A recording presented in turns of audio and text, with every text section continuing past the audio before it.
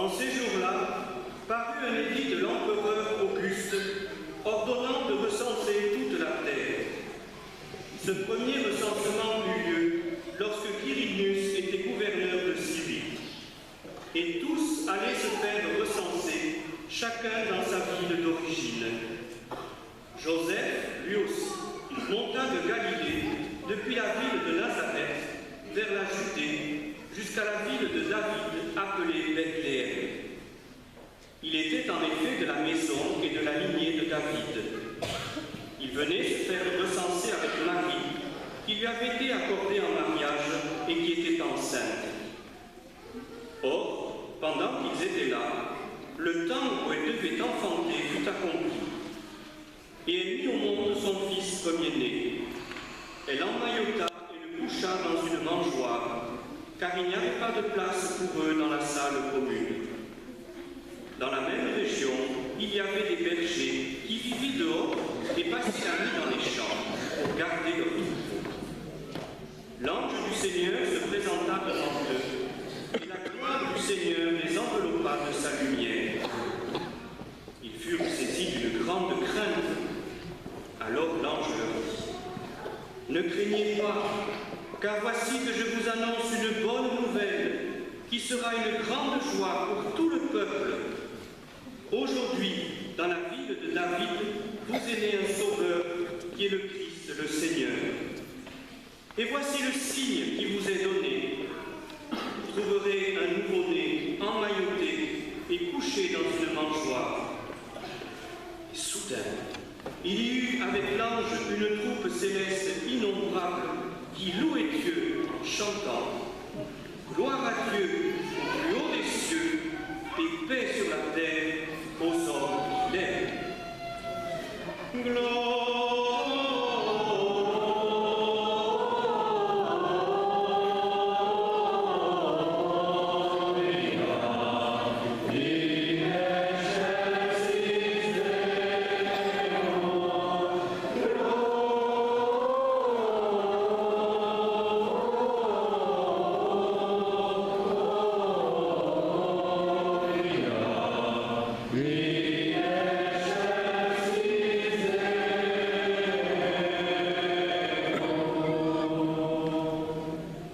Acclamons la parole de Dieu.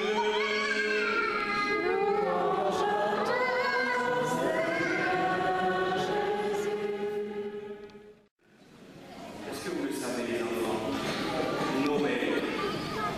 Alors c'est quoi Noël? Est-ce que c'est le rappel d'un événement qui s'est produit il y a longtemps, 2000 ans, un peu comme un anniversaire?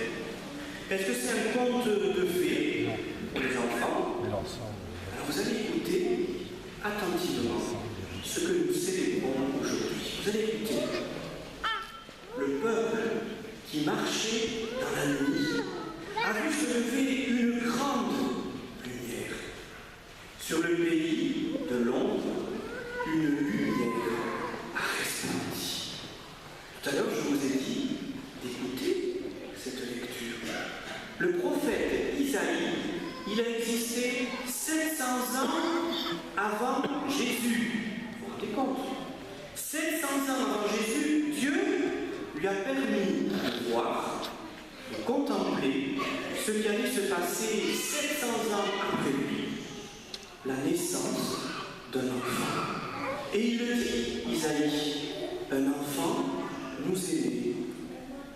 Les pipelettes devant là. Mesdemoiselles,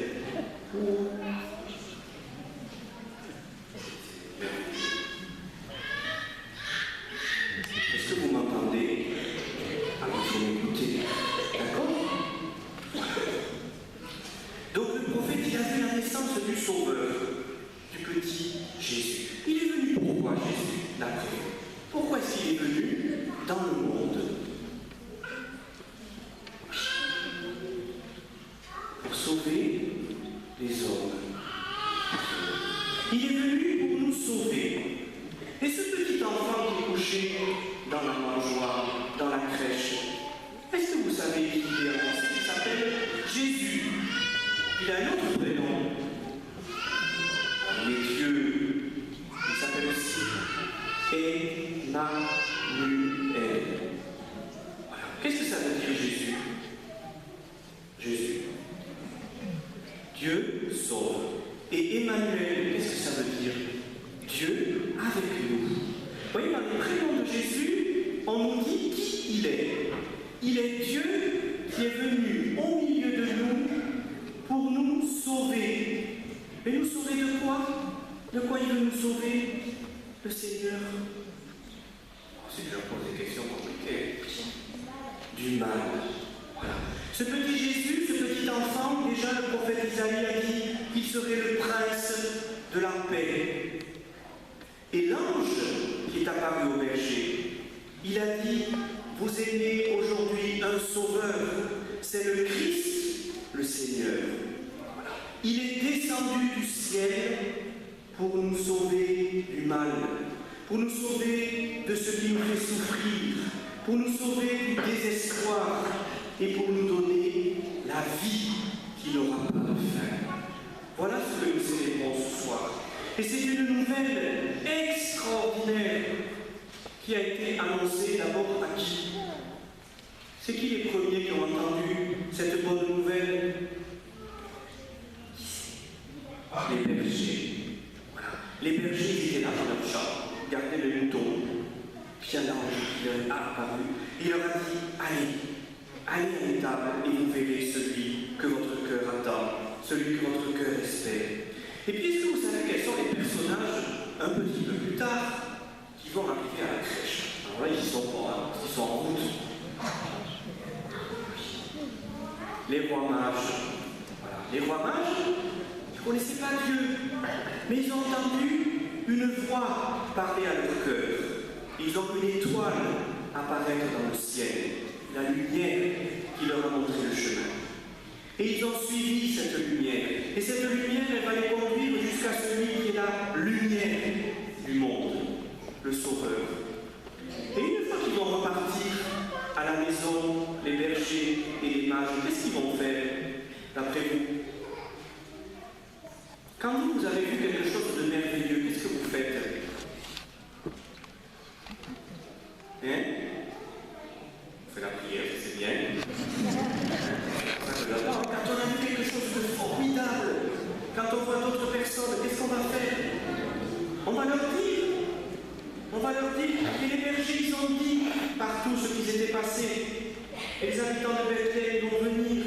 Et les mages, quand ils vont retourner dans leur pays, ils vont annoncer ce qu'ils ont vu. Et petit à petit, il y a une nouvelle extraordinaire qui va se répandre dans le monde. Une bonne nouvelle.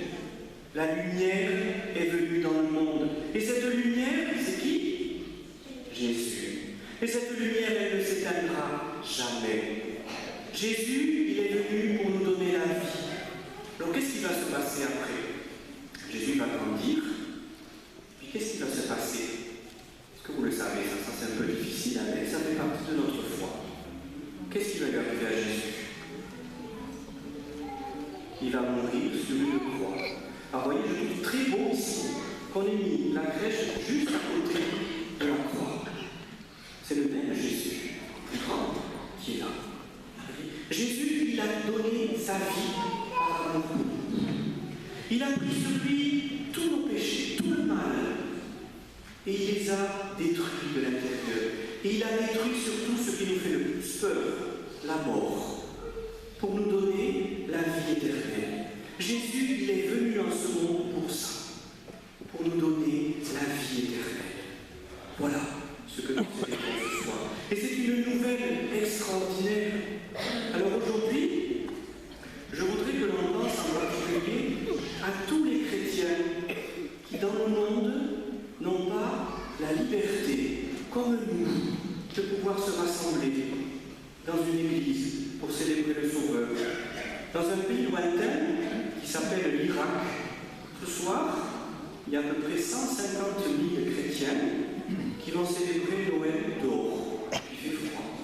Mais je suis sûr qu'ils vont tous être rassemblés pour entendre cette bonne nouvelle. Ils ont dû quitter leur pays, comme Marie-Joseph, parce qu'on leur veut du mal. Et ils sont là, loin de chez eux, loin de leur maison.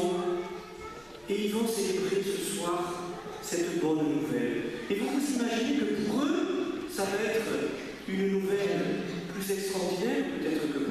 que eux, au fond de leur cœur, ils savent ce que c'est que de souffrir, ils savent ce que c'est que le mal, mais ils savent aussi combien leur foi en Jésus est la plus forte et combien leur espérance est la plus forte.